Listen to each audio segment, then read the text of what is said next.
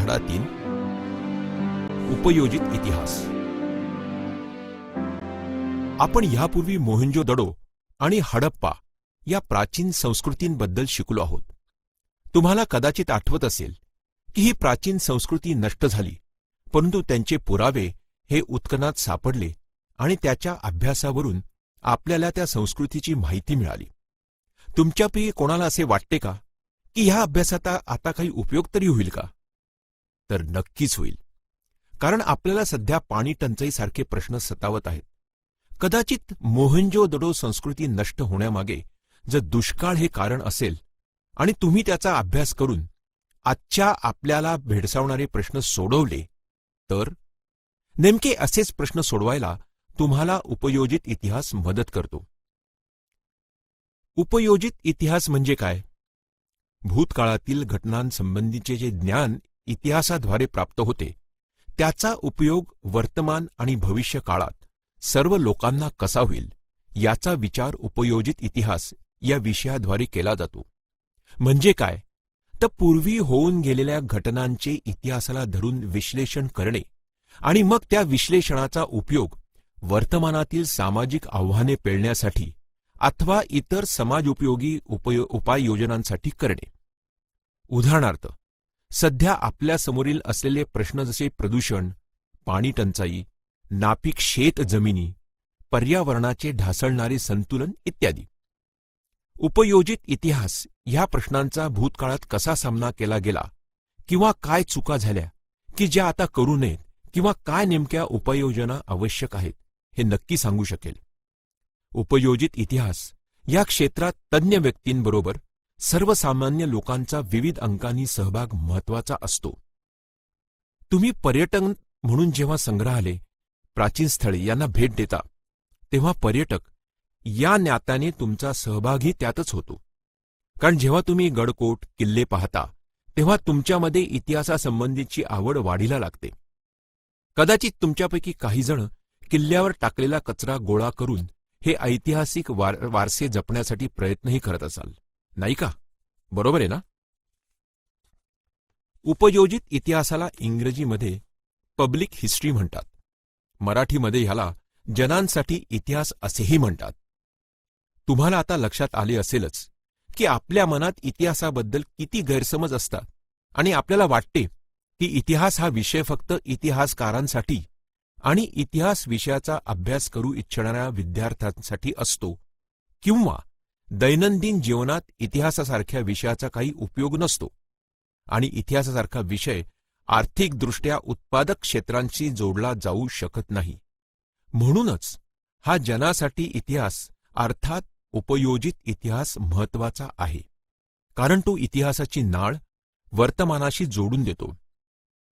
भारतात बंगळूर येथे Srishti institute of art design and technology या संस्थेत सेंटर फॉर पब्लिक हिस्ट्री हा स्वतंत्र विभाग असून तिथे या विषयातील प्रकल्प आणि संशोधनाचे काम चालते.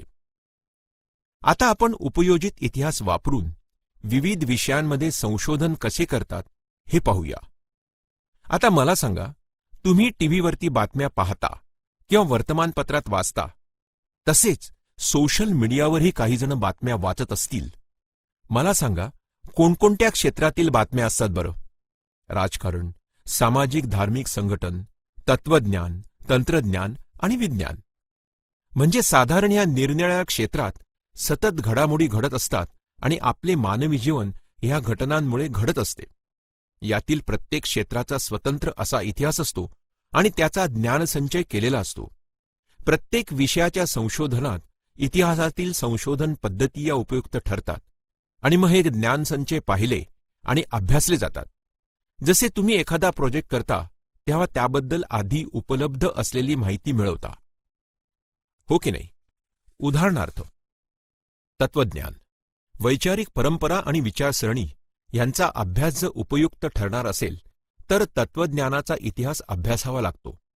शिवाय ते तत्वज्ञान एका विशिष्ट भाषेत लिहिलेले असते, त्या भाषेचाही इतिहास महत्वाचा असतो.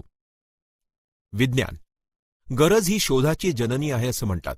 तुम्ही निरनिराळ्या शोधांच्या रंजक कथा झंकारच्या शास्त्रज्ञ व वैज्ञानिक या डीव्हीडीमध्ये पाहिल्या असतीलच. बरेचसे वैज्ञानिक शोध हे मानवी गरजांची पूर्ती आणि जिज्ञासेचे समाधान करण्याच्या प्रयत्नातून लागलेली असतात.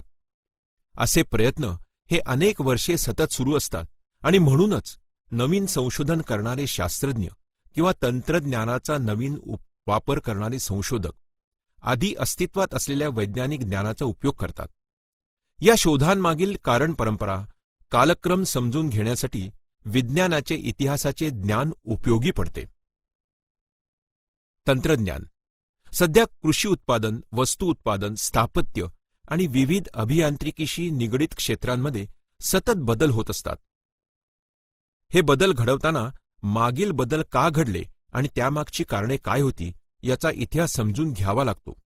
उदाहरणार्थ, भरपूर पाऊस जेथे पडतो तेथे पूर्वी उतरत्या छपरांची घरे असत, पण आता सिमेंटची घरे का बरं बांधली जातात? वैज्ञानिक शोध आणि तंत्रज्ञानातील प्रगती परस्परावलंबी असतात. आपण शिकलो आहोत की मानवाच्या उत्क्रांतीच्या वाटचालीत हत्यारे, कृषी उत्पादने ह्यात बदल घडत गेले. आज जे यांत्रिकीकरण झाले आहे त्यामागे या मागील गोष्टींचा अभ्यास महत्त्वाचा असतो. उद्योगधंदे आणि व्यापार. आपल्याला नवीन 10वीच्या भूगोलात आपण ब्राझील व भारत यांचा अभ्यास करतो आहोत की नाही? आता समजा एखादा नवीन व्यापार या दोन्ही देशात सुरू करायचा असेल तर त्याचे व्यवस्थापन दोन्हीकडे एकसारखे करता येईल का? तर त्यात थोडेफार हे बदल करावेच लागतील, कारण सांस्कृतिक घडण, सामाजिक रचना, आर्थिक व्यवस्था यामध्ये बराच फरक असतो. त्यामुळे या फरकांचा अभ्यास करून त्यानुसार उद्योगधंदे आणि व्यापार याचे स्वरूप बदलले जाते. व्यवस्थापनशास्त्र. समजा आपण नवीन व्यवसाय सुरू केला तर त्याला कुशल मनुष्यबळ हे लागतेच. भूतकाळात त्याच प्रकारचा जर व्यवसाय कोणी केला असेल तर त्यावरून आपण याचा अंदाज बांधतो की आपल्याला उत्पादनाची संसाधने, मनुष्यबळ कसे असावे.